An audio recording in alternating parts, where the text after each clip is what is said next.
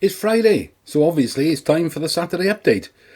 Now I know what you're thinking, Mark, that makes no sense. Thing is, I've just remembered I've got to dial into one of these Open University tutorial thingies tomorrow between 10 and 12. So I thought, well, if I'm running late and I don't get it done before 10, then I'm not going to be able to do it until after 12, and it'll end up going online about 1 o'clock. Easy to do it now while I got the time. So we had 14 crosses. I think it was 14. Let me just check. Yeah, 14 crosses coordinates submitted. So thanks to those guys. Probably would have had more. There's usually a couple more on a Friday night. But like I said, I've had to do it early just to make sure I'm free for tomorrow morning. So there we are. There's quite a spread there, isn't it?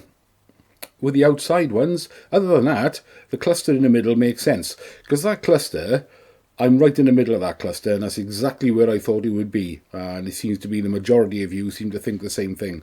So there's 10 crosses here, all clustered together. One just outside it, and 3 ones that are quite a fair bit out. Now, what we've got to remember here is, even though they're a fair bit out, if they take an example, this bottom one here on the right hand side, for that to be the winning average of the judges, then half the judges would have had to have been right down here, just above his forehead, the player's forehead. So it's not likely that the average is going to be there. If the majority of our guys have gone in a cluster there, then there's a good chance, so we see every week, that the judges will go in a similar cluster. There will be one or two further out astray, but they'll take them out, which is what I'm going to do in a second. That yellow cross you can see there, that's because I've already done the average for that, which is 28671184. But you can see it's a good cluster there. And if I draw some lines here, and I go to all the outside ones, we end up with a huge spread from this guy on the left hand side. And there's part of my problem there. If you look at his eyes, how can he possibly be looking at the lowest one? But that's not to say that the judges wouldn't do that. They wouldn't go that low. You know, we've seen what they've done in the past. Draw some lines from him as well. And up there. That's not that wide a spread from the guy on the right, but the player on the left, the spread is enormous. And I just can't see it, because if you look at his eyes, yeah, he's looking roughly, I would say, towards the top of our cluster.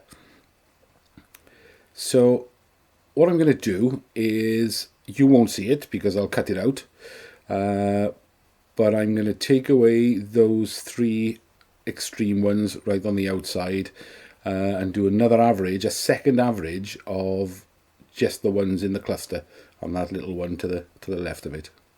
So be back in a second. There we are. I've taken them 3 out now, so you can see how much narrower that cluster is. So let's do a second average there.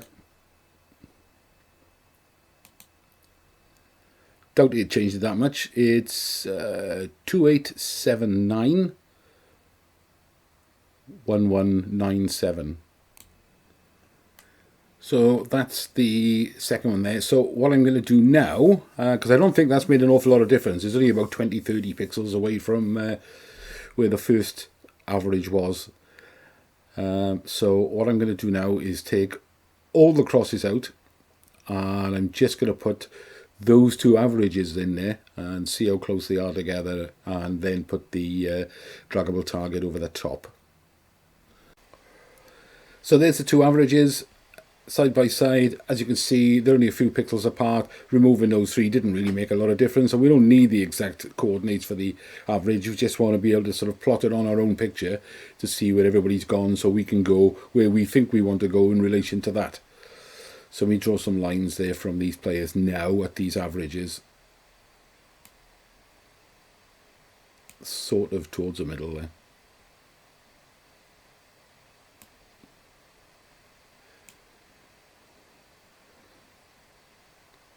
Okay, does that look feasible? Now if I look at that player on the left, where that line is, I think he might actually be looking a bit higher. It's too late for me. I've already submitted my cross, so I won't be changing it. But it does look as though he could be looking a tad higher there. And this player here, maybe a little bit more to the right, maybe more to the left. Oh no, I've submitted mine anyway. Let's have a look at the target and see how that looks.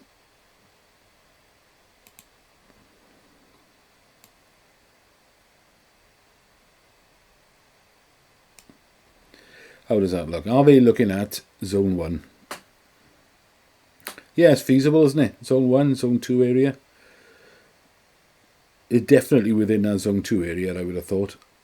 Both their eyesights.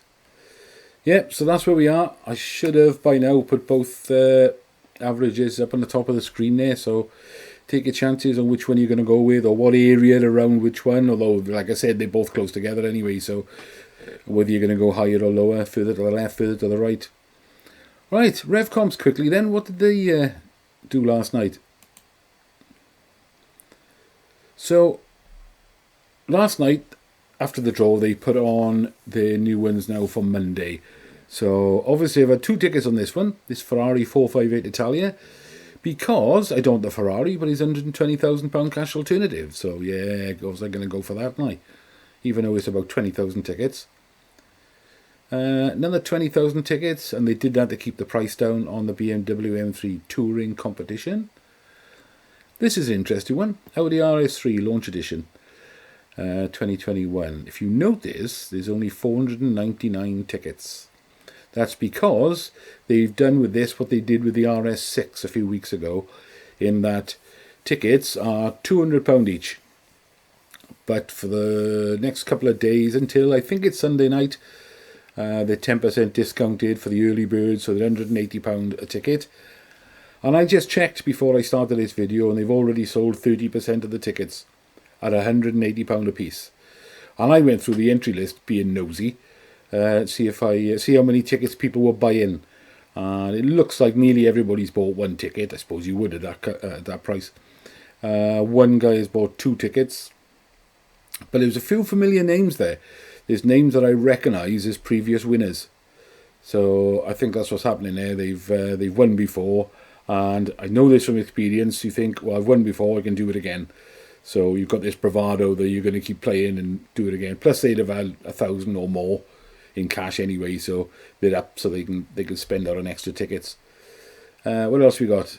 Volkswagen Arteon, his family car, I suppose. A couple of cheap punts as well for Monday. Nice cheap Golf there, 1.4 TSI, 4,000 tickets. I think that was just under £6 at the moment. Range Rover Evoque. I did get a couple of tickets on this myself, because the tickets were about £6.